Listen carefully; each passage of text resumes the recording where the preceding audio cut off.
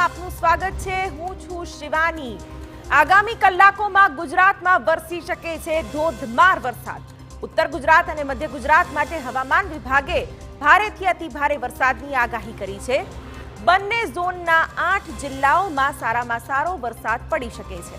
જો કે અન્ય જિલ્લાઓની વાત કરવામાં આવે તો અહીં પણ વરસાદની રાહ જોવી પડે તેવી સ્થિતિ છે। સૌરાષ્ટ્ર અને દક્ષિણ ગુજરાતમાં હજુ પણ સારા વરસાદની રાહ જોવી પડશે। ત્યારે શું છે હવામાન વિભાગની આગાહી? ક્યારે ફરી એકવાર વરસાદનો દમ ગુજરાતમાં દેખાશે તેની કરીશું વાત। સાથે આપને બતાવીશું કે આગામી 48 કલાકમાં જ કેવી રીતે સરદાર સરોવર ડેમ છલોછલ થઈ જશે। હાલ ઉપરવાસમાં થઈ રહેલી ભારે આવકના કારણે સરદાર સરોવર ડેમ 80% ભરાયો છે, જે આગામી કલાકોમાં સંપૂર્ણ રીતે ભરાઈ શકે છે।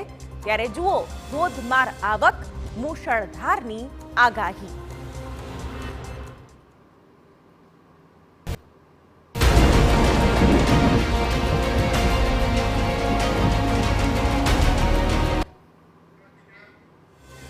ત્યારે એક તરફ વરસાદની આગાહી કરવામાં આવી છે, ભારે પવન સાથે વરસાદની આગાહી આગાહીકારોએ વ્યક્ત કરી છે। તેની વચ્ચે કેવી પરિસ્થિતિ છે હાલ જળાશયોની તે પણ આપને દર્શાવી દઈએ, કારણ કે ઉપરવાસમાંથી સતત પાણીની આવક થઈ રહી છે। નર્મદા ડેમની જળ સપાટીમાં ધરખમ વધારો થયો છે। ગુજરાતની જીવાદોરી અને આ સાથે ગુજરાત સિવાય પણ અન્ય રાજ્યોની જીવાદોરી સમાન નર્મદા ડેમની જળ સપાટી 133.61 મીટર પર પહોંચી ચૂકી છે અને આ જળ સપાટીમાં સતત વધારો પણ થઈ રહ્યો છે। ઉપરવાસમાંથી 4.19 લાખ ક્યુસેક પાણીની આવક થઈ રહી છે, એટલે કે ડેમનું જળસ્તર સતત વધી રહ્યું છે અને તેને લઈને હાલ સરદાર સરોવર નર્મદા ડેમ 82% ભરાઈ ગયો છે। ખૂબ મોટી માત્રામાં અત્યારે પાણીનો સંગ્રહ અહીં છે। ડેમમાંથી 53,955 ક્યુસેક પાણી છોડાઈ રહ્યું છે અને ક્યાંક રૂલ લેવલ જાળવવાની પણ કોશિશ કરવામાં આવી રહી છે અને આવક અને જાવકને સંતુલિત કરવામાં આવી રહ્યું છે, જેના કારણે જે કાંઠા વિસ્તારો છે તે વધુ પ્રભાવિત ન થાય।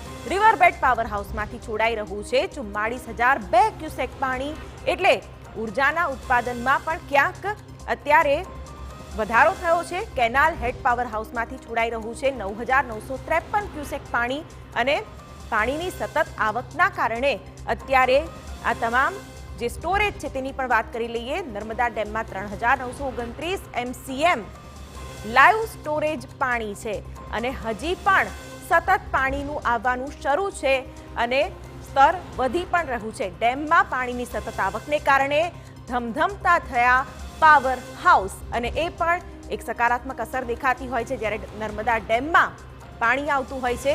આગામી દિવસોમાં નર્મદા ડેમ સંપૂર્ણ ભરાઈ જાય તેવી શક્યતાઓ પણ હાલ સેવાઈ રહી છે, કારણ કે વરસાદની ગતિ હજુ પણ તેજ છે અને તેની વચ્ચે નર્મદા ડેમમાં પાણીની આવક થઈ રહી છે, જેના કારણે હજુ પણ નર્મદા ડેમ સતત ભરાશે તેવી હાલ તો સંભાવના વ્યક્ત કરાઈ રહી છે।